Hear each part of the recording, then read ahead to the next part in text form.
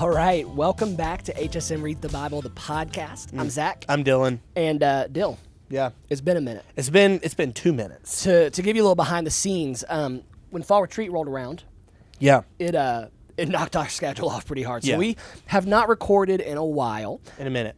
We hope you're still reading. Man, we do hope you're still reading. Yeah.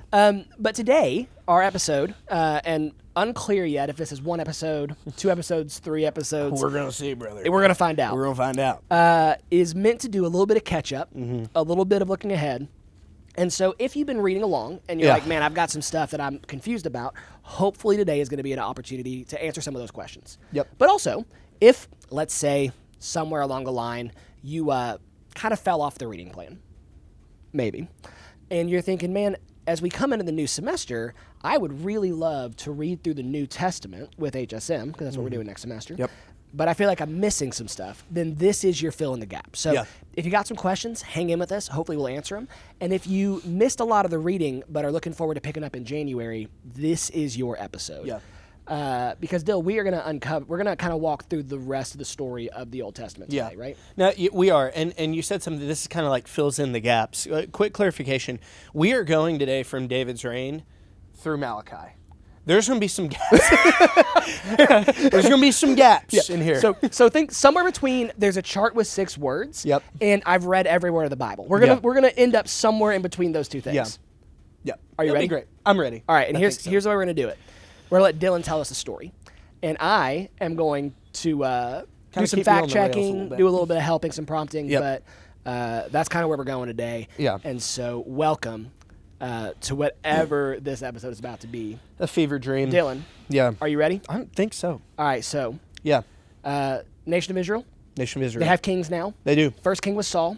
Yeah, Saul bad. started strong, and then he finished real bad. He had a second where he was strong. He had a second. Yeah, he jumped off the blocks well and then just hit every hurdle on the way to the finish line. It's pretty bad. He cleared the first one. Yeah. And then it was a bit of a train wreck. It's And as Saul is king, there's this dude who plays the harp real good and also slew a giant. His name is David. Yeah. We are off the rails already. Yeah. We got David. And while Saul is king, God rejects him because he is unfaithful and sends the prophet Samuel to anoint David as the next king of Israel. Yeah. David still serves Saul. He spends a lot of his life on the run until Saul and his son Jonathan die. And David becomes king. Yeah. Let's pick it up from there. Yeah, absolutely. So David's reign actually gets kind of a rocky, rough start a little bit. And it's not David's fault. David is hyper faithful. David was so faithful. Saul's death is really tragic. Saul commits suicide.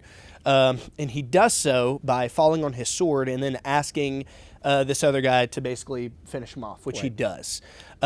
This guy who finishes Saul off goes to David, tells David what he did, and then David kills him. Well, because he thinks that David is going to be like, oh man, thank you for taking out my enemy. The Lord's anointed. But again, David comes back to far be it from me. Yeah. So David is like, oh, you thought I was going to praise you for slaughtering the Lord's anointed? Right. No, not doing that. David was hyper faithful. The crazy thing, it happens twice, right? Somebody else comes and takes credit for it, even though he didn't do it, and David's like, you're dead too. Yeah. So, and then it happened. There's 2 separate instances with it's really weird. So David takes over, but Saul has a son named Ishbosheth. Ishbosheth is like, no, it's actually my turn to be king. Ishbosheth is not great, not a good king. He's hyper paranoid. Eventually, his commander named Abner leaves because he thinks everybody's trying to take the reign away from him. He has these 2 advisors, I think is their role, I might be wrong on this, that actually assassinate Ishbosheth and then go to David seeking favor like this dude who killed Saul did. Right. And they're like, hey, we made it to where you can be king now.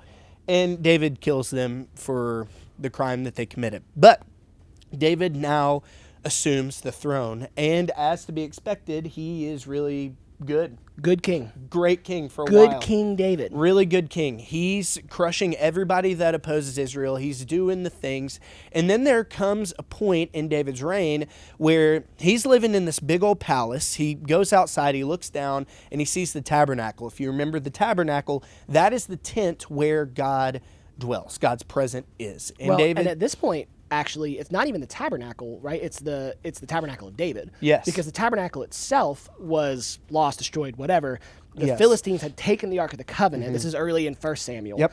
And then a lot of stuff happens. A lot of stuff. The Philistines realize they don't want to try and keep the Ark of the Covenant. Yep. They send it back, and David puts it in like a little makeshift tent, right? Yep. And so it's not even like the big tabernacle. Yeah. It's like this little tent that David's constructed for it. Yeah, but like you said, the Ark of the Covenant is in there, and David goes outside and is like, "This isn't right. I'm in a palace. God's in a tent. That's weird. I'm going to build God a temple, a castle, a fortress, a palace, a new dwelling place, somewhere befitting of his royal presence." And if you want to follow along with this is 2 Samuel chapter 7. Yes. Arguably, while it's not the most straightforward, it's one of the most important passages of the Old Testament. Oh, for sure. Yeah. For sure. I actually might, aside from like some Jeremiah, Ezekiel passages, I might make the argument that it is the most important passage in the Old Testament. I'm going to give it at least fourth because you got Genesis 1, 2, 3. That's true. Anyways, That's fair. so that's fair. So Hyper important. He sees the tabernacle of David. Yeah. Says, I'm going to make God something different. Yeah. So God sends a prophet named Nathan and with a word, and God says, "Hey, I actually don't need a palace. My presence is kind of everywhere." Okay. Kind of an important moment because Yeah. it's not. It's both like, hey, David, I don't think you understand who I am, but it also is a promise looking forward to what will eventually be true. Yeah. Yes. Keep going. Yes. There's a lot. 2 Samuel 7 rocks. We're going to talk about that. Probably spend most of our time in 2 Samuel. We're going to get there pretty It's hard. okay. Yeah. But anyways, so God says, "But if you would, then okay, but you're not going to build it because you killed a lot of people. It'll be your son that builds it for me." And then God promises David something pretty spectacular. He says, I'm going to make another covenant with you. Yeah. We've had the covenant with Abraham. We had the covenant with Moses. And now, in response to David's offering of this temple, God makes one more covenant. Yeah. And it gives us more insight as to the Messiah, the snake crusher, who we're introduced to Genesis chapter 3. Way back when. God promises to establish David's kingly line for forever. Forever. For all eternity. It's this massive. We actually get a little bit of a now but not yet piece in there, which is cool because he promises David a kingdom where nobody else will oppose him. It will be everlasting peace, and the king that reigns on it will reign forever. That's fulfilled in part during David's reign because it is largely a time of peace where nobody can really stand against Israel. Of course, that doesn't last because of some other kings that we're going to talk about here in just a second, but it's also referencing the eternal kingdom of God that would later be realized through the person of Jesus and the Messiah. 2 Samuel 7, crucial. Specifically, God promises in 2 Samuel 7:13, he shall build a house for my name, and I will establish the throne of his kingdom forever. I will be to him a father, and he will be to me a son. Boom. And so to kind of trace that storyline that Dill was talking about, you get Genesis 3. Yep. God is going to send a human who will crush the head of the snake. With the covenant with Abraham, we find out that this snake crusher is going to come through the line of Abraham, that this nation will be the place that he will come from. Yep. With Moses, we find out that this snake crushing king, or the snake crusher, we don't know he's a king yet, he's going to be from the line of Abraham, and he is going to take care of this whole sin issue, that there's this whole sacrificial system, that there's the need for sin to be covered with the blood of innocent animals, but that somehow this snake crusher from the line of Abraham is going to make this sin problem right. Yes. And then we find out with David that he's going to do so as a king. And so that's kind of the way this promise has been going through the story of the Old Testament. Yes. Yeah. So, like Zach said, in Genesis 3, we're introduced to the snake crusher, who'd be a man born of a woman. Man born of a woman. In the story of Abraham, we learn that the snake crusher would come from God's people, Israel. And now here in 2 Samuel 7, did I say 2 Samuel 7 a second 2 ago? Samuel 7. I meant to say Genesis 12. My mistake. All In 17. All well and good. With Abraham. Anyways, now in 2 Samuel 7, we learn that he would be a great king whose reign would last for forever. Significant passage in the Bible. Really, really cool. So from here on out, it's all up and uphill for David, Yeah, right? no, it's not. It's not. Pretty much immediately after this, we have a pretty bad. David does something pretty bad. Yeah. So in 2 Samuel 7, the Lord talks about basically the nation of Israel was like, I will discipline them. And we're introduced to that because David does a pretty scummy thing. Yep. At the height of his reign, there came a time where kings would go out to war That's key. Kings would go out to war with their armies. Right. David doesn't do that. Right. David is somewhere where he's not supposed to be. David is back in his palace, specifically on this day in 2 Samuel 11. Yeah, that's right. He is having a little afternoon siesta in the cool part of the day on top of his palace. Right. While he's up there, he looks down. He sees a woman bathing. This was a kind of a ritual act, kind of symbolic of cleansing oneself. Old law. You can go read all about what that was. Sure. But David wasn't like, oh, shoot, sorry, I wasn't supposed to see that. David kind of dwells on it, lingers on it, sends someone for this woman, brings her up. David sleeps with her and gets her pregnant. A bigger uh-oh. This woman is married. Big time uh-oh. To a commander in David's army named Uriah. As the story kind of progresses, we learn that Uriah is an incredibly faithful individual. Good dude. Yeah, really good dude. And unfortunately, we find that out in a very bad situation. Right. Because Bathsheba sins and tells David, hey, I am pregnant.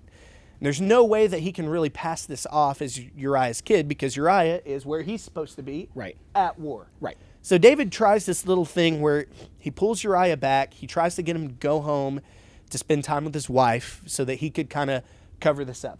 Uriah is not doing that. He's like, I'm not going home and sleeping with my wife while my men are out at war. I refuse. So then David tries to get him drunk, and Uriah still sleeps on his door. I think he actually does get him drunk, and even drunk, Uriah has more integrity and faithfulness than David does right here. Yeah. And so seeing as that doesn't work, David sends word to basically say, hey, put Uriah on the front lines where the fighting is the fiercest. Right. And they do, and Uriah is struck down. David takes Bathsheba. He marries her. In his eyes, all well and good, unfortunately. But then we get our friend Nathan, and he comes back with another word. Who comes back? Not a good word. Different word this time. Nathan comes back and tells a story. He's like, hey, David, let me tell you about this guy who had a lamb. He loved this lamb. It was like a child to him. He would cradle this lamb in bed every night. He loved it. But then there was this rich dude who had a visitor. He didn't want to take any of his lambs, so he went, took this dude's prize lamb, killed it, and then fed it to this guy. And David's like, that guy needs to be put to death. We will arrest him. And then Nathan does a little Uno reverse card. He's like, hey, that's actually you. What you did has really displeased the Lord. And then David repents. David repents. He prays and asks for forgiveness. But unfortunately, the child that was conceived through this illicit affair he died because of David's sin. From this point on, after David's sin, his life is really difficult, is abundantly hard. Yeah. David has a few more kids, and they have a lot of internal conflicts. One of his sons takes advantage of his daughter. Then another one of his sons named Absalom kills that son and then is basically sent away. Eventually, we're kind of speeding up here because we've got a lot of ground to cover. Eventually, Absalom is welcomed back, but then orchestrates this rebellion. He tries to form a coup where he takes the rule of Israel away from his father. Absalom is killed by one of David's wicked commanders named Joab, who just keeps killing people he's not supposed to. Joab is an incredible warrior. Also, quick note. Yeah. We aren't reading any Psalms in HSM Reads the Bible, but there is a psalm of repentance. They're in there. Yeah. There is a psalm of repentance. It's Psalm 51. Yeah. And it is a psalm that David wrote as an act of repentance for his sin with Bathsheba. Yeah. And so if you're reading along, if you're listening right now, I would so encourage you, go read Psalm 51. Yeah. Like it is such a beautiful display of what it looks like for a man to turn his heart back to God. Joab, really good warrior. Phenomenal commander. Really good commander. He keeps killing people he's not supposed to kill. Murdering people, and David keeps on telling him to not to. Yeah. So some notable people I mentioned earlier that Ishbosheth had a commander named Abner, who left and went to go serve David. Abner was one of the commanders in Saul's army. He's generally kind of like he's the best military commander in this whole in Israel. Yeah. While there's a battle earlier on, and one of Joab's brothers tries to kill Abner. Abner tries to stop him multiple times by saying, hey, I don't want to kill you. I don't want this beef with Joab. Please stop. And at this point, Abner has actually come over to David's side. Yes. So David is now going to have the best military mind in all of Israel Yes. on his team. Yes. So Abner, complete self-defense, Right. complete justified, has to kill Joab's brother. Anyways, on his way to serve David, to go back to Ishbosheth to tell him that he's going to be serving David, Joab finds out about this, goes on a little bounty hunter escapade, and kills Abner, to which David curses him. Abner also kills Absalom, David's son, even though David says, hey, please don't. Did I say Abner? I meant Joab. Yep, Joab. It's okay. Joab kills Absalom, even after David's like, please spare my son, even after all his wicked. He just keeps breaking on the rules. killing people. He keeps on killing people that he's not supposed to. But that is, Absalom is the first of 3 major rebellions in David's life. The next one, immediately after Absalom's rebellion, we're introduced to a guy named Sheba, who is a Benjaminite. His rule doesn't last very long. He is also killed by, guess who? Joab. Except that was justified. He was actually supposed to do that. And then lastly, when David is in a great old age, another guy named Adonijah steps up to try to take the rule away from David. Again, Joab does what he is not supposed to do. He actually abandons David along with Abiathar, the priest who had been faithful to David for forever. They join Adonijah's rebellion, which doesn't last very long. While Adonijah's trying to establish his coup, Solomon, one of David's sons, is actually anointed king over Israel. And then Adonijah freaks out and is like, hey, please, I'm sorry, I didn't mean it. I didn't. My bad. My bad. Accidental coup. Solomon's like, you're good for now. Yeah. For now. Comes up later. Solomon takes over, and then Adonijah, Joab, all these people that were unfaithful to David, they get put to death. Yeah. So at this point, David has died. David has died. And so just to do a quick little summation of the rest of David's life to kind of trace out the things we just fire hydrant at you. So David becomes king. Yep. He is a good king. He's a very good king. Eventually, he makes a promise to God to build him a temple. Yep. God says, not you, but your son. Yep. But I'm going to make a covenant with you that your reign will endure forever. Yes. There's both some initial fulfillment of that, but also a promise that's coming. Yep. Then David does a bad thing. He sleeps with a woman who's not his wife, gets her pregnant, murders her husband, tries to cover it up, gets convicted. Everything kind of starts spiraling out from there. There's a lot of civil unrest. There's some different rebellions. Yep. David never loses the throne. Never does. But his life starts becoming a little bit of a spiral. But he is, in all of this, faithful to God. Completely faithful. David is a good king. Until the census, which is a whole thing. Until that. But ultimately, David is remembered as a man after God's own heart. Yes. After David's death, despite a bunch of civil unrest, his son Solomon comes to the throne, Yes. kills off some political rivals, keep on going. Solomon Solomon's an interesting character. Solomon's very interesting. Solomon, I would actually argue, not a good king. I would agree. Not a good king. He is for a while. Starts off strong. Solomon, when he takes the throne, God is like, I'll give you anything. Solomon says, hey, I'd like wisdom. Wisdom. That'd be great. Doesn't ask for riches, doesn't ask for power, ask for wisdom. Ask for it's wisdom. a good ask. And he receives money and power and all those things later on. Solomon starts handling some court stuff. We see this wild story about 2 women who are arguing over which child is theirs. Solomon, figures that out. Does a little jujitsu. Does a little. Yeah, that's one way to put it. Figures a bunch of stuff out. Early on into his reign, he's really wise in his leadership, brings Israel into an even greater position of power and wealth. They and become authority. one of the most powerful rich nations on earth. Yeah. And then Solomon does what God promised he would do. Solomon builds the temple for the Lord. And it is majestic. Pretty great. Yeah. Pretty great. Here's where things kind of start taking a turn, though. Solomon builds a great big army. Solomon builds a great big temple. Solomon also starts to expand his own palace. In order to That's a way to say it. That's a way to say it. In order to do those things, you need money. In order to get money, you tax the people. So the people of Israel, their taxes go up and up and up and up and up through the roof. And they're also getting conscripted into forced labor. They are getting, pushed into labor. Yep. So some unrest starts happening in Israel.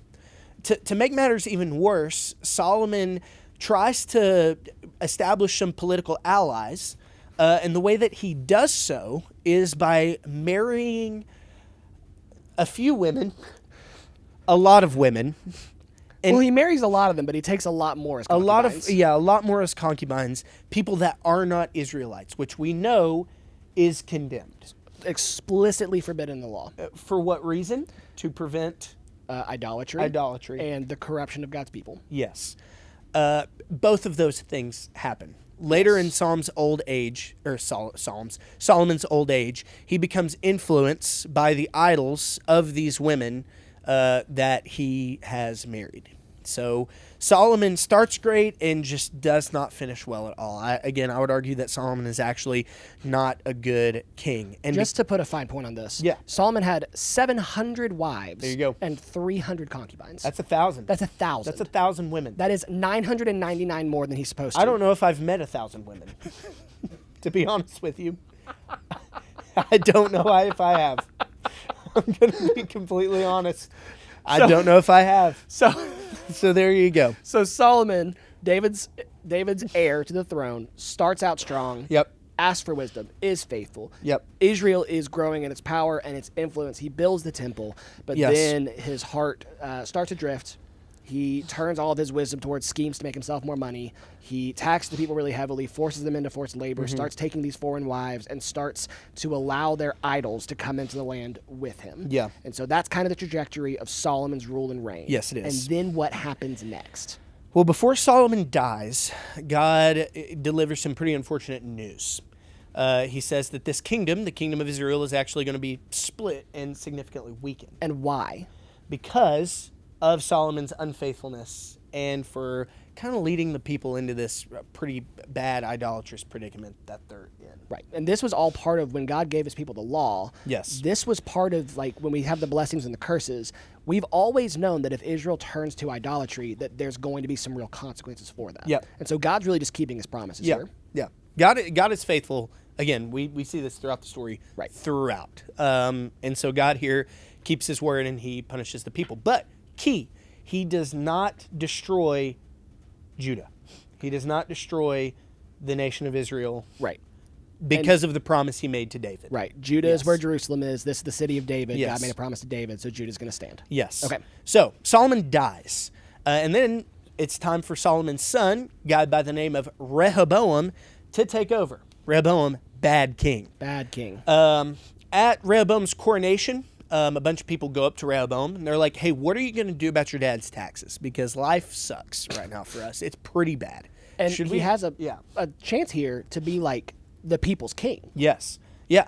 And so he has a phenomenal opportunity. This situation has been bump set, ready for him to spike, to take over and to do something really, really well. But then he takes some pretty bad advice. He goes to his buddies. Yeah, he goes to his buddies. Well, first he goes to some older leaders. Right. And he's like, what should I do?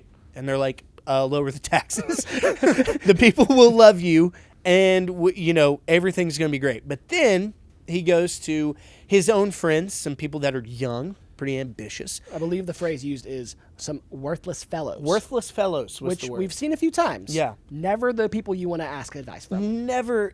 So he goes to them and he's like, what should I do about these taxes? And they say, raise them, right? You need to establish a firm grip over Israel so that they will not rebel against you. Right. You need to make this worse.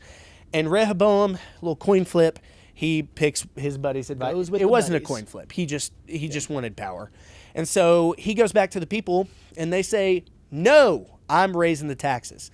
So the people were like, well, it sucks that you've done that because we've been talking to this guy over here who's kind of like a construction dude leader named Jeroboam. Pause. Yeah.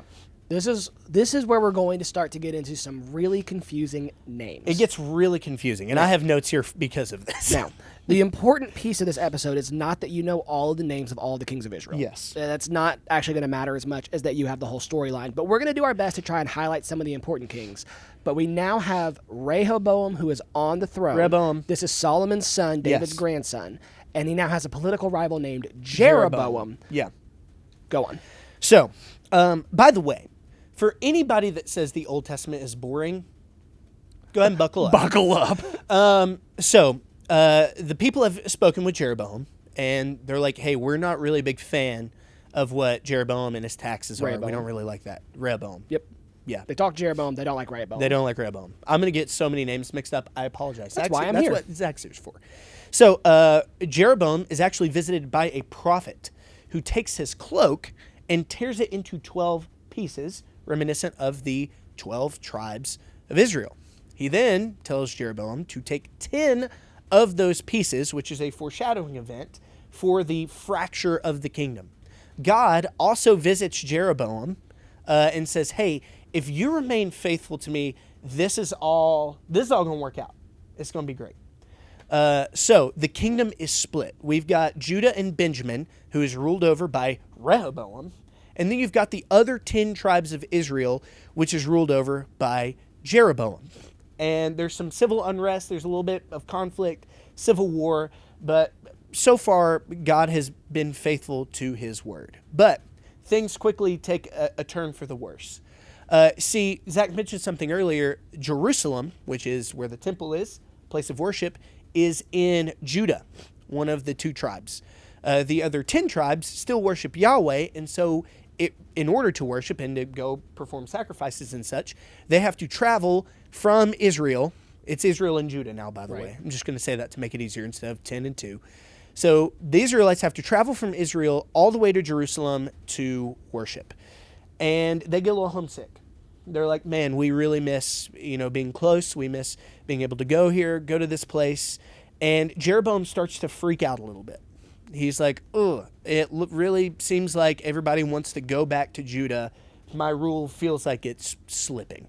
And so Jeroboam does something horrendously real terrible. Bad. He bans the worship of Yahweh and brings back an old idol, Doubles down. the golden calf. Jeroboam becomes known as just the pinnacle of evil. Right. There are 15 more kings in Israel that follow Jeroboam that it literally says they were evil. They continued in Jeroboam's sin. Right.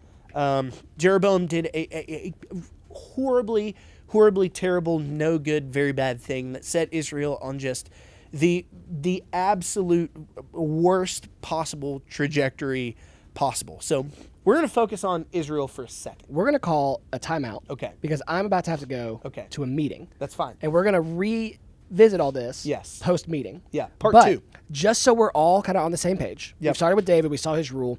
David hands the throne over to Solomon. Mm-hmm. Solomon starts off strong, does a bunch of bad stuff. Correct. Gives the throne over to Rehoboam. Yes. Rehoboam, instead of taking the opportunity to do the right thing and make himself a good king, he doubles down on all of Solomon's wickedness. He way increases the taxes, and that results in civil war. Yes. You got Rehoboam versus Jeroboam. Yes. Rehoboam remains king over the nation of Judah, which is 2 of the tribes. Yes. And Jeroboam becomes king over the nation of Israel. Yes. And that's the other 10 tribes. Yes. Judah is in the south.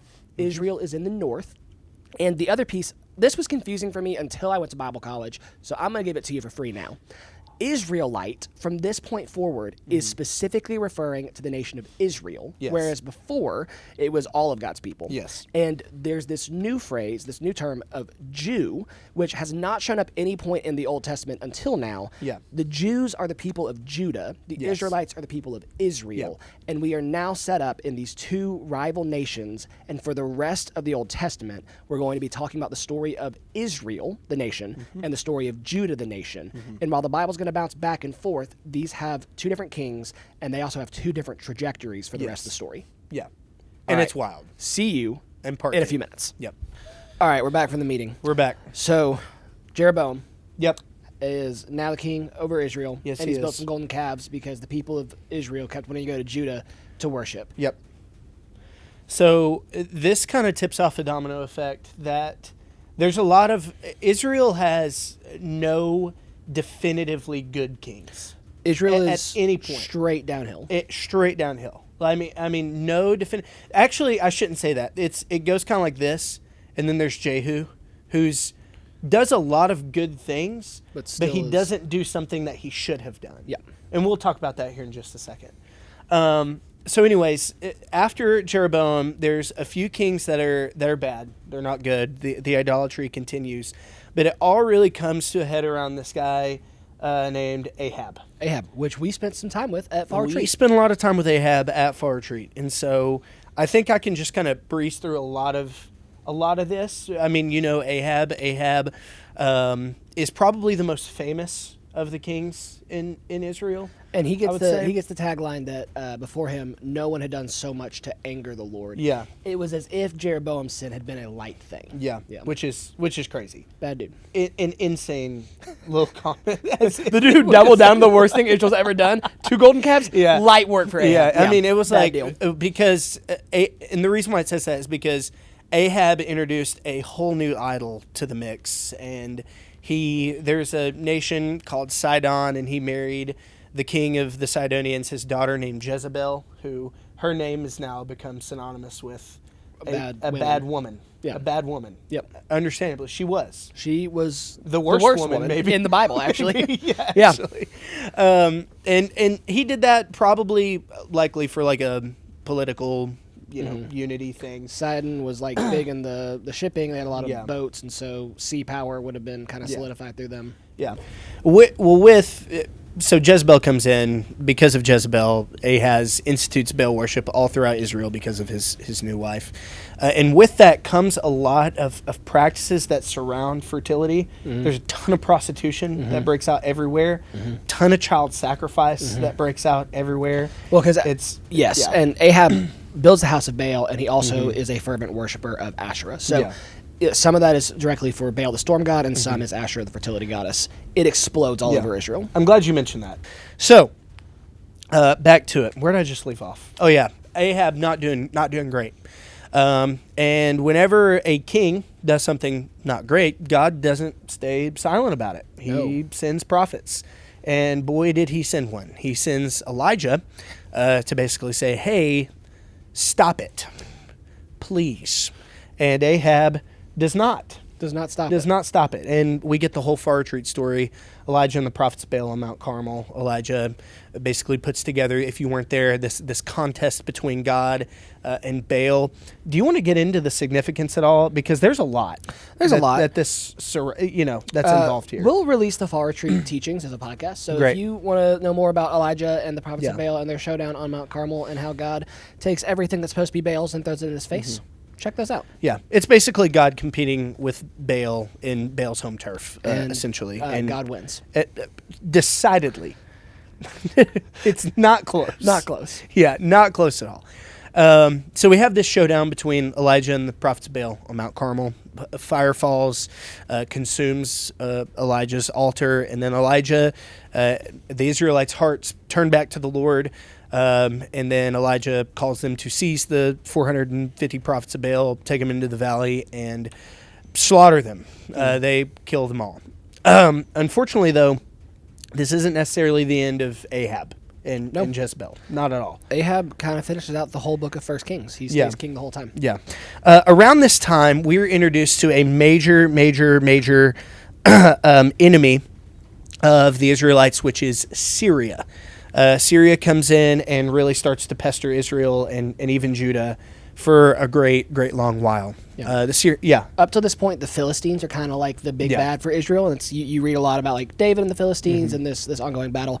Assyria is now going to become Israel's nemesis. Yeah. I think they're a northern people. Syria right now. Yeah. Syria later, yeah. A guy named Ben-Hadad starts attacking Israel. And despite all the bad things that Ahab and Israel have done up to this point, God actually gives Ahab success over Syria twice.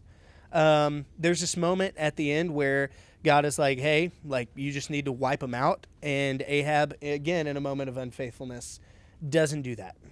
He ends up actually sparing Ben-Hadad, which was bad, which causes Elijah to bring Ahab another message saying, hey, you're going to die, and it's not going to be great.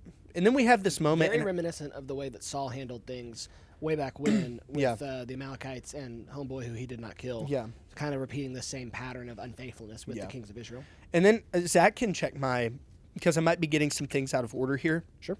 But after this, Ahab basically has this moment where he's like, "You're right, I've done wrong," and then we're introduced to a guy named Naboth.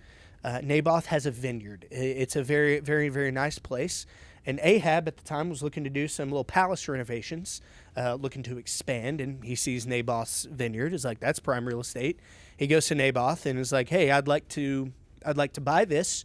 And Naboth says no, and he absolutely refuses to sell, which really gets under Ahab's skin. But which he was fully within his rights to do. Yeah, absolutely. It's what he owns, which really gets under Ahab's skin. And then Jezebel, in another Jezebel moment, basically says, "You're king. Why not kill him?" Take him out. And they killed him. And this leads to another prophecy coming towards Ahab. This one probably being the worst news anyone could possibly receive, where Ahab and Jezebel both receive the news that not only will they both die, their entire lineage is going to be just wiped out, just absolutely destroyed. And that will primarily be carried out by a guy named Jehu. But before we get to him, there's one final battle between Syria and Israel with this Ben-Hadad guy. Ahab tries to... there's actually kind of a weird union between Ahab and this guy named Jehoshaphat, who's actually a good king in Judah. And this actually cracks me up, which is why I'm including it. Not only is it the death of Ahab, which matters, it's also kind of hilarious. Spoiler alert. Spoiler alert, he dies. So they go out to battle, and Ahab is like, "Syria's after me. Jehoshaphat, we're going to dress you up like me so they come after you, and I can just be kind of incognito." And So for some reason, Jehoshaphat's like, yeah, dude, let me do that. And so Syria closes in. It's really looking bad for Jehoshaphat. And Jehoshaphat does something really good. He calls on the name of the Lord. And Syria is like, "Ahab wouldn't do that." It's not him. It's not him. Ahab does not love the Lord. We've been fooled. And so they spare Jehoshaphat, which is, I'm sorry, it's funny. It's tough. It's kind of hilarious. Hey, your character always wins out. Yeah, they don't actually find him, but Ahab actually gets hit with a random arrow. Yeah, some dude's like, "Oh, that's not. Dang it, we thought that was Yeah. Ahab. It's not Ahab." Grabs his arrow, pulls and just lets it go. And where's that Ahab go? Where's the arrow go? Ahab. But he did die, and a bunch of dogs surrounded him, licked up his blood. It was gross. So his son takes over, a guy named Joram. This is where things get really hyper confusing. Yep. Because there are two kings, both named Joram, in Judah and in Israel. Yep. At the same time. Yep. And right now, Dill's just tracing us through just the line of the kings of Israel. Yes. So we're going to go back and do some of the kings of Judah. Yes. Yes. But one of the things that's tricky about reading this portion, and we can get really confused about it, is the Bible doesn't always do an amazing job at giving us a flashing heads up of we're switching to the Judah line or we're switching to the Israel line. Yeah. They'll just name the king, and especially with this Yeah. dude, same name in both places. But this is Ahab's son. Yeah. Keep on going. Yeah. So Jehoshaphat, Zach can fact check me on this. Jehoshaphat has a son. His name is slipping my mind right now. But we kind of see Israel and Judah slowly kind of form back together, but in a really bad way. Jehoshaphat has a son. Jehoram. Jehoram? Jehoram is Jehoshaphat. Okay. Jehoram is Jehoshaphat's I mean, we've son. got Jehoram, we've got Jehu, we've got, it's a whole thing. They're all Hebrew names. Yeah. So we have a guy named Jehoram. This guy is not a big player. He did a lot of bad things. This does matter, though. There's a moment where Israel and Judah start to kind of come back together, but it's not a good thing. Right. So Jehoram, Jehoshaphat's son, actually marries the daughter of Ahab and Jezebel, a woman named Athaliah, who's really, really bad, and she matters in just a second. But he died of a disease, and it was whatever. And that's in Judah. So then that dude's brother takes over, a guy named Ahaziah, who's in Judah. And then we see this little... Go ahead. And just if you're following along at home, we are now into 2 Kings. Yes, we are in 2 Kings. This is where things get hyper confusing. Same names, similar situation. It's interesting. So Jehoram in Judah dies. His brother Ahaziah, let me double check that, takes over. Let me make sure that is his brother. It is his brother. We're good. This is Israel, though. This is not Judah. Ahaziah is in Judah. I promise. There's 2 Ahaziahs. Oh my gosh, Yeah, this is the worst. there's 2 Ahaziahs. It's so weird. Man, why are we doing this recap? It's so, yeah, I know, right? But this actually does matter. So Ahaziah takes over in Judah, and then we've got Joram, who is in Israel. Sorry, my mistake. Who's in Israel? So it's this whole thing. Joram has a commander named Jehu. Jehu does matter a whole lot. Jehu is visited by the prophet that succeeded Elijah, a guy named Elisha. Okay, you're not going to believe this. They also have a super similar They name. also have a super similar name. It gets hyper confusing. And Jehu has a very important job. Elisha visits him and he says, hey, there's been a lot of prophecies against Ahab and Jezebel and his family. You're going to be the guy that actually takes all of them out. So we see this moment where the king of Judah and the king of Israel team up for a second to attack Syria. There's a moment where they're together. Jehu shows up to bring news, quote unquote, and they go out to greet him, and he kills both of them. Kind of the tipping of the domino of Ahab's lineage. So he kills the king of Judah and the king of Israel in one moment. fell swoop. Bing, bang, boom. Jehu kind of rocks. I can say that. So from there, I believe after he kills Joram, he takes over. No, Ahaziah takes over. My mistake. So he wrecks him. It's a tough thing. Jezebel, he goes after her. He throws her out of a window. Throws her out of a... Hold on, say that again. He throws her out of a window. Jehu. Do you know there's a word for that? No. The word defenestration means to That's- throw someone out of a window. Are you serious? I'm 100% serious. That's incredible. Yep. He defenestrates That's right.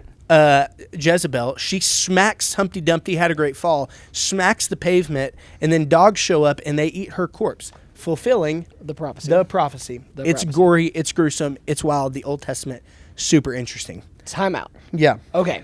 That was a lot of names. A lot of We covered names. A lot of ground. So Yeah. let's do a couple quick high points. Go for it. So back to Rehoboam, Jeroboam. Yeah. There's a civil war. Jeroboam starts the nation of Israel. Mm-hmm. He is king. It's like kind of okay for a second, and then he's like, we now worship these golden calves. And from Jeroboam onward, the kings of Israel just kind of spiral. Yeah. There's a lot of like little one-off rulers who rule for just a little bit. Yep. A dude named Omri comes to the throne. He gets to the throne through a little bit of a civil war coup type situation. His son is Ahab. So when we're Yeah. talking about Ahab, this is known as the house of Omri. Yes. And so the Omrides, this house is the rulers over the nation of Israel for several generations. And so you have Omri, and then you have Ahab, and then you have his son, whose name is escaping me all of a sudden. Ahab's son? Ahab's son is Joram. Joram. And they are all bad Very bad. news. Bad news. Very terrible, horrible, The no good. major prophets that deal with the Omrides are Elijah, Mm-hmm. and then his apprentice, who becomes kind of the main dude, Elisha. Yeah. And through them, God brings all kinds of warnings to these wicked, evil rulers and kings, which are ultimately ignored. And Yes. there is this downward spiral until, through Jehu, Ahab and his whole line wiped out. Yep. All right. Great. Jehu is the only king in Israelite history that was pretty okay. Yeah. The one thing that he didn't do that he should have done was destroy Jeroboam's golden calves, which he did not do, which is not good. Which is not But good. Of the Israelite kings, Jehu is the best. Everybody else after this is, it just follows straight in line with the sins of Jeroboam. Let's go back to Judah. Go ahead. Well, the interesting thing about Jehu is, even with all that, like the kind of, if you read through these stories, it usually introduces the new king of either Israel or Judah, and then either says, and they continued in the sins of the father, Yeah. or but they did not continue in the sins of the father. Yeah. And even Jehu, who does do all of these good things, he is still introduced as, but Jehu did not turn aside from the sins of Jeroboam, the son of Nebat. And so, even with all those good things, even as he steps into ruling over the nation of Israel, it's still this downward spiral of sin and rejection of God. Israel never has a good king. Yeah. Jehu's just the closest they get. Yeah. And to reward Jehu, his lineage sits on the throne of Israel for 4 or 5 generations Double check me on that. But it's going to take some work. He's not a good king, but he is the best that Israel ever has. Let's go back to Judah for just a second. I mentioned a minute ago that Jehu killed a guy named Ahaziah, who took over when he was 22 years old. He took over leadership in Judah. Ahaziah was actually the daughter of Athaliah, the grandson of Ahab and Jezebel. When Ahaziah dies, Athaliah, his mom, actually seizes the throne in Judah, and she does something really, really bad. She makes it her personal mission to try to completely destroy the Davidic line, try to completely wipe it out. She kills her, like, people that are close to her. She wipes out her kids, her grandkids, anybody that could have a claim to the throne. But she had a daughter named Jehosheba, which is just... Of course she did. Which is just wild.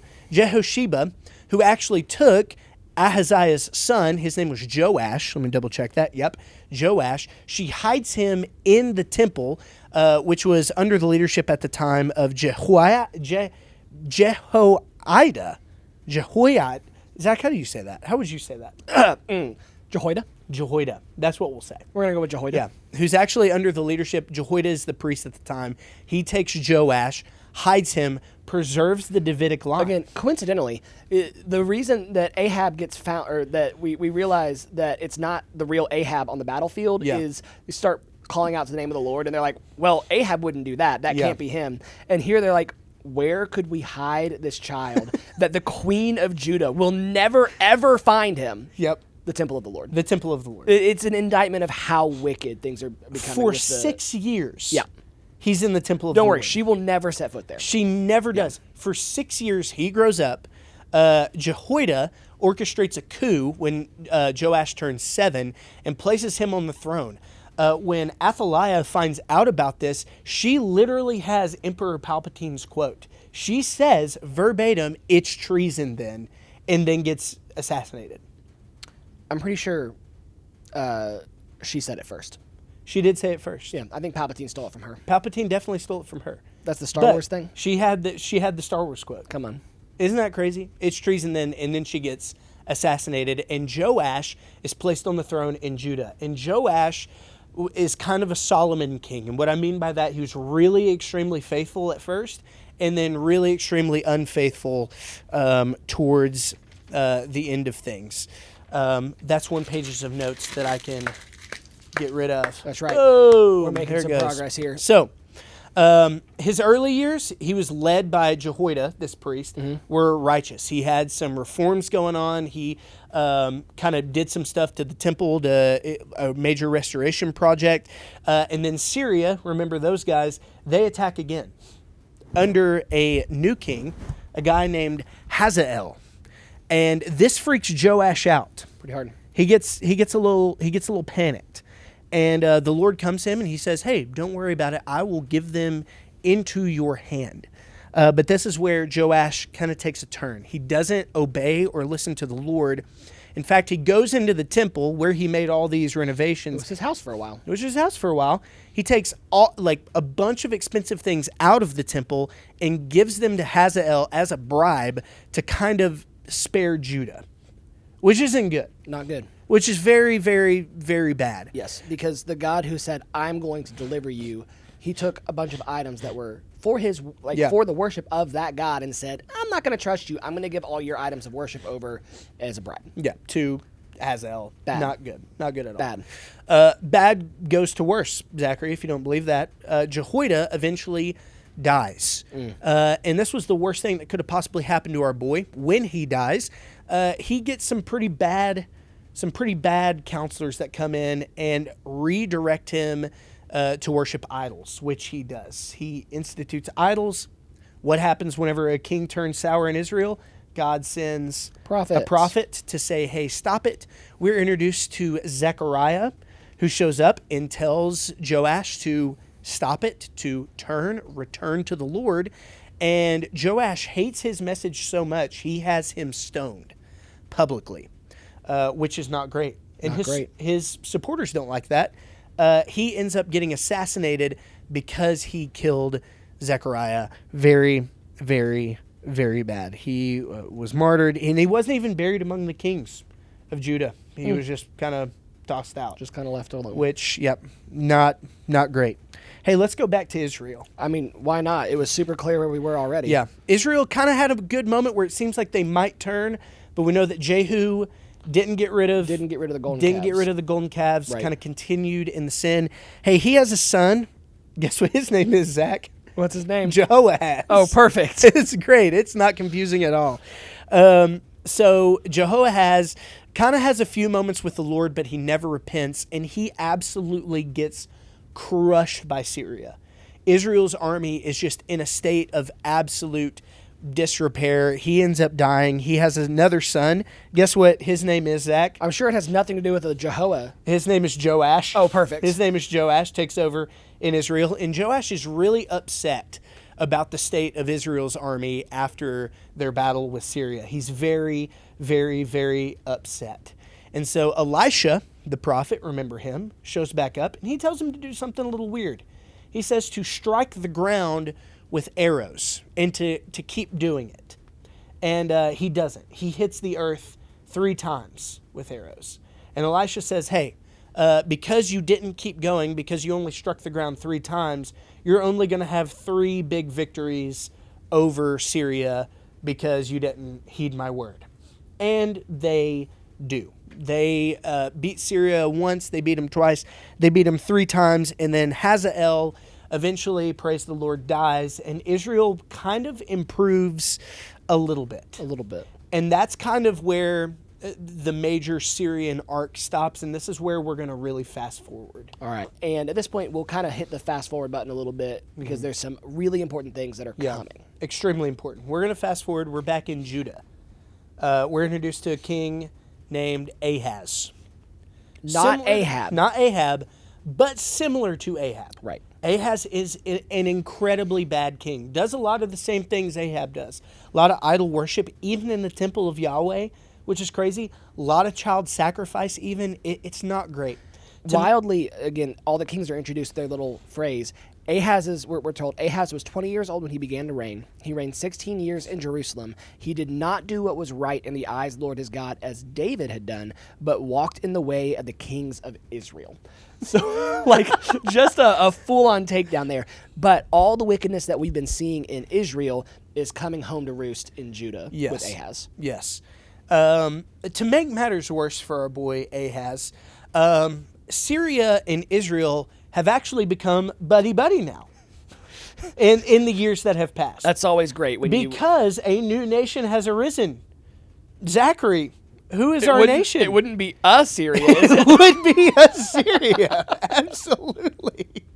Everybody, we're not creative with our names. No one has new names. No, nobody has new names. Add a letter, call it good enough. So Assyria has risen, and they have made it their personal vendetta to basically take over the world. Sure.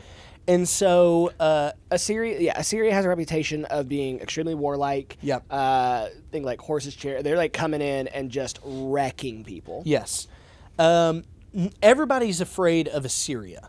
Because of that, King Pekah, the king of Israel, and King Rezin, the king of Syria, are obviously pretty scared. Yeah. A little terrified. So they decide to bury the hatchet, shake hands, and say, hey, let's make an alliance against Assyria. So they band together. Then they go to Judah, and they say, hey, want to join our club? And Ahaz is like, no, I don't actually want to join your club. So the king of Israel and the king of Syria then make it their mission to kill Ahaz and force Judah into their little club so that they can resist Assyria, sorry. Yes, it gets confusing. So Ahaz is pretty scared. Is not doing great. So God, in spite of all of his unfaithfulness, God remains faithful and sends him a prophet. And because he's king of Judah, God has made a covenant with David, and so to preserve David's line. God is always faithful to his covenant. That's right. Yep. So he sends Ahaz a prophet, a big one. Big guy named Isaiah. I think he has a book. He does. Big book. Pretty long. One of the longer ones in the Bible. One of the longer ones. Major prophet. So he shows up. But we get introduced to Isaiah now. We're introduced to Isaiah. Isaiah is the guy. He shows up to Ahaz, and he basically asks him multiple times. He's like, hey, ask your God for a sign. Ask the Lord for a sign to provide, to show up for you. Ahaz not too smart. He's like, no. How could I put the Lord to the test? And Isaiah is like, I'm going to give you a sign anyways. The sign of Emmanuel. Hold on, wait a second. So this is where the Emmanuel promise comes from? This is where the Emmanuel promise comes from. Okay, tell me about it, Dill. The Emmanuel promise. Emmanuel is a name that means God with us. The sign that was given to Ahaz is that a son named Emmanuel would be born of a virgin. Mm-hmm. This was 800-something odd years before the birth of Jesus. That's right. We're given the sign of Emmanuel, the king who would establish the eternal rule of God where there would be peace for forever and ever, is promised to this wicked king right here who wouldn't ask for a sign. Yeah. Jesus Christ himself. Yes. Does this change Ahaz at all? No. Ahaz, instead of trusting in the Lord, kind of takes matters into his own hands, and he does what Joash does. He goes into the temple, strips all the gold out of it, goes to Assyria, and says, hey, if I pay you, will you protect me? Please don't get me. And they say, yes. And they do. They protect Judah from this invasion of Israel and Syria. However, Judah has now become a vassal state of Assyria, which basically means that they are now under Assyrian rule, which not ideal. Not a super great thing to be. However, Ahaz's wickedness unfortunately continues. He ends up closing the temple altogether, and idol worship is prominent in there. Bad news, which leads Isaiah to just unleashing a slurry of prophecies. The Assyrian exile for Israel. He even prophesies the Babylonian exile that would come. However, he doesn't stop there. He also promises that these exiles wouldn't last forever, that there would eventually be a return. That really matters because things are about to get really, really sad. So Assyria is kind of in a place where they are already sort of pseudo over Judah and Israel. Sort of, kind of. Eventually, a new king takes over in Israel, a guy named Hoshea. Hoshea has a very bad idea. Hoshea says, I don't really like Assyria. I'm going to try to put together our little clique again and rebel. So he goes to Egypt. I cannot remember which Egyptian pharaoh he goes to consult. One of them. But he goes to the pharaoh and it's like, hey, let's buddy up here. Bad news. King Shalmaneser of Assyria finds out about this. He's not happy, Zach. Not thrilled. He lays siege to Israel for 3 years. And then in 722, Israel is just completely demolished. The 10 tribes are scattered. This becomes the what? The diaspora. The diaspora, which means? The scattering. The scattering, which is tough. It is bad. Yes. It is incredibly brutal. And it so, is not good. Yes. Just to put a really fine point on this, as Israel's kings have led the people into this downward spiral of rebellion and evil and wickedness, there has been prophecy after prophecy after prophecy that if they do not repent, if they do not turn back to God, God will send an enemy to destroy them and to wipe them out. And that enemy is Assyria. And so in 722, they come in, Assyria conkles. Long day. Nice. Conquers the people of Israel, scatters them from their land, takes them into exile, and are they ever restored? No. This is effectively the end of the story of the nation of Israel. Yeah. When we pick up the nation of Israel in the New Testament, they are primarily known through one of their capital cities, which is Samaria. Yep. And this is where the Samaritans come from. Yep. That's basically the end of Israel. We're done with Israel. So now only Judah remains. Hey, good king takes over. Good king. Guy named Hezekiah. Good King Hezekiah. Hezekiah comes in. He goes into the temple. A lot of reform. He is destroying idols left and right. He's protected by God from Assyria. Hezekiah's a great king. However, the biggest reason why I bring up Hezekiah right here is specifically because of the visitors that come to visit Judah. These guys called the Babylonian envoys. So they come in. Hezekiah's a little naive. He wants to see the goodness in people. So he shows the Babylonian envoys all their stuff. Yes, let's show Babylon, the big bad, everything that our land has to offer. Now, in his defense, Zachary, he didn't really know who Babylon was. Which, we're about to find out a lot about Babylon. So he comes in, shows him their stuff. They leave. Hezekiah's like, who's that? And he receives word that's like, something bad's about to happen. Right. Exile, the whatnot. The king that comes after Hezekiah is arguably the worst king. Judah, Israel, the worst king. It's the one king that gives Ahab a full run for his money. Yeah.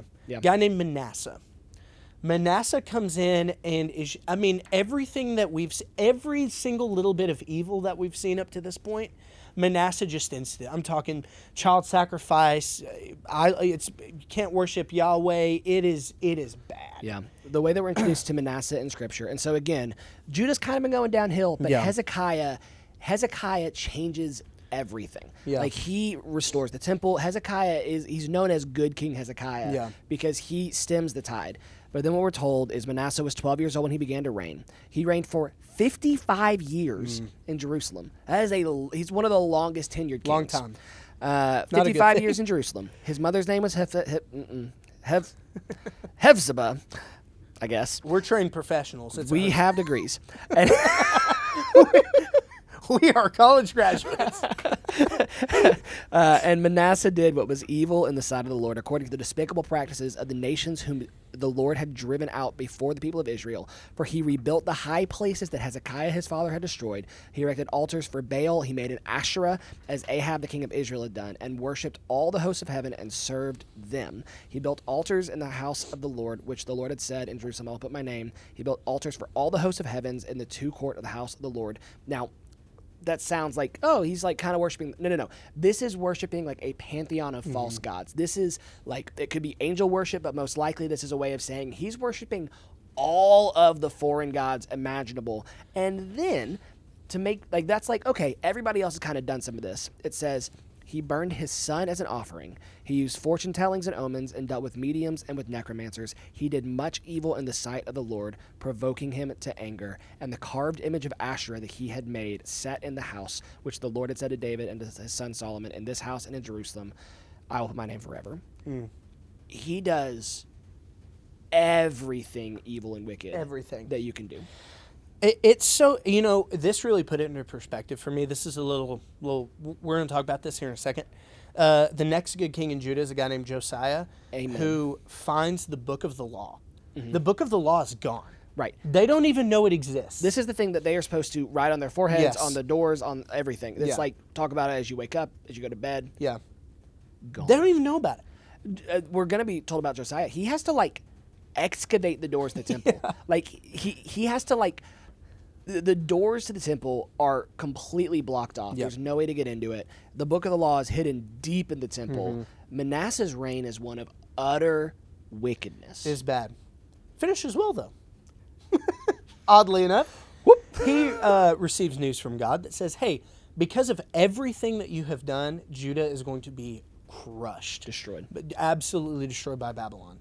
Manasseh actually repents and finishes out his life with actual faithfulness, but it doesn't matter. The evil had been done, the deed is done. It's set. Babylon is coming. But before they do, we have a good king who we just mentioned, a guy named Josiah. Like Zach said, he reopened the doors to the temple. He finds the book of law inside and reinstates the law of Yahweh. Yeah, I think one thing that is interesting, I think it's worth pausing for just a minute on the story of Josiah, because Josiah doesn't inherit the throne immediately. First, Amnon takes the throne, which is, I believe, Josiah's brother, also a son of Manasseh. He is also evil, does a bunch of bad stuff. Josiah comes to the throne when he is 8 years old. Crazy. And then he starts doing all these reforms. I think he's 12. So one of the things that I think is worth us really noting here is this is going to be, I believe Josiah is the last good king of Judah. He is. From this point, it is just straight bad. downhill. Yeah. But Josiah accomplishes generational revival. Like the Lord uses Josiah to turn the hearts of his people back to himself in the darkest moment in their history up to this point. And he is a teenager. Yeah. And like obviously this is HSM Reads the Bible. We can miss sometimes that like much of this story of God's people is told through the lives and the faithfulness of teenagers. Yeah. A lot of the disciples are teenagers. Yeah. Josiah, who is one of the best kings Israel ever has, takes the throne very, very young. Yeah. And in his youth is using it to turn the hearts of the people back to God. Yeah. I think it's just a really inspiring character for us to look at. Yeah, he is. He dies. He dies. Sorry, we got Sorry, we gotta move fly. kinda quick here. We're not going to get it all done today. We're gonna have to... No, he does. He does. I mean, generational reform. There's revival. Unfortunately, he does pass away somewhat prematurely, I think. And then guess who shows up? Would it possibly be Jehoahaz? It would, but I was talking like. Oh, sorry. Yeah. I thought we were back to the J names. Yeah, we are though. Yeah. Yeah. Babylon. So Babylon shows up. We're introduced to a few more kings who. Babylon is kind of like circling its prey, almost. Yep. And And its prey is not praying no, to God. no. Yep. That was Just, good. Thank you. That was good. Just Yeah. beginning that big spiral of wickedness again. Yeah, they're. I would say that they're almost playing like a cat and mouse game. Like Babylon is just kind of like have shown up. They're kind of like licking their paws, ready to attack, and then a new king shows up. A guy named Jehoiakim. Sure. From Jehoahaz. Jehoiakim. Yep. Kim. He shows up, and he attempts to rebel against Babylon. Doesn't go great. No, we're introduced to the king of Babylon, a guy named Nebuchadnezzar. Going to be an important character in, I guess we're going to record the next episode of this, not today. Yeah. And Nebuchadnezzar is going to feature very prominently. Yeah. But to close, I guess, because we can kind of stop with what Babylon does. They demolish Judah, destroy the temple. I mean, it literally, there's bodies everywhere. Yeah. Like it was bad. You can look up, people have like painted and done like art portrayals of it, because you read things and it doesn't really put it. I mean, they burnt Judah to the ground. And like it was bad. One of the things we have got to emphasize in that, again, is they destroyed the temple. Yeah. They, like, the place of God's presence was destroyed, burned to the ground, no stone left on top of another, and they tore down all the walls around the city of Judah. This is complete annihilation. Yep. And they took the people of Judah with them back to Babylon into exile. Yep. Where they stay for a long time. Long time. 70 years. Most of the rest of the Old Testament story is going to be told in exile. Yeah. And so this is a good place to stop for today. Yep. But as we've run now from David all the way through the monarchy of the divided kingdom to the point of exile in both places. And so the summary statement, if you've made it this far, we bless you. We had God made this covenant with David that one would sit on his throne forever. Clearly that promise has not yet been fulfilled because very shortly thereafter, Solomon takes over, starts good, ends bad. Rehoboam doubles down, civil war, divided kingdom, Israel, nothing but unfaithfulness. Jehu shows up and almost does the right thing, but still doesn't. Nothing but unfaithfulness. They get conquered by Assyria. They are destroyed and driven out, never to return. We have Judah, which is mostly downhill, but we have a few of these moments. We have Hezekiah, we have Josiah, where there are these moments where the people turn their hearts back to the Lord, but ultimately we still see the people of Judah rebel, and they are crushed by Babylon and taken into exile. But the story isn't over yet. No, it isn't. Because God is still going to keep speaking through these prophets who have been showing up to the kings of Israel and Judah throughout this whole time. We are going to get some major prophets in exile who are going to speak to what God's up to, what he's going to do, both now, but also later. Yep. It's going to be a time. Daniel, Jeremiah, Ezekiel. Jeremiah's my favorite prophet. I won't lie. I do kind of love Ezekiel. Yeah. He's awesome. Time. Well, thanks for joining us next time, part 3 for this episode. Who knows if we're going to make this all one big? We'll find out. Yeah, we'll see. It'll be good. See you tomorrow. See you tomorrow.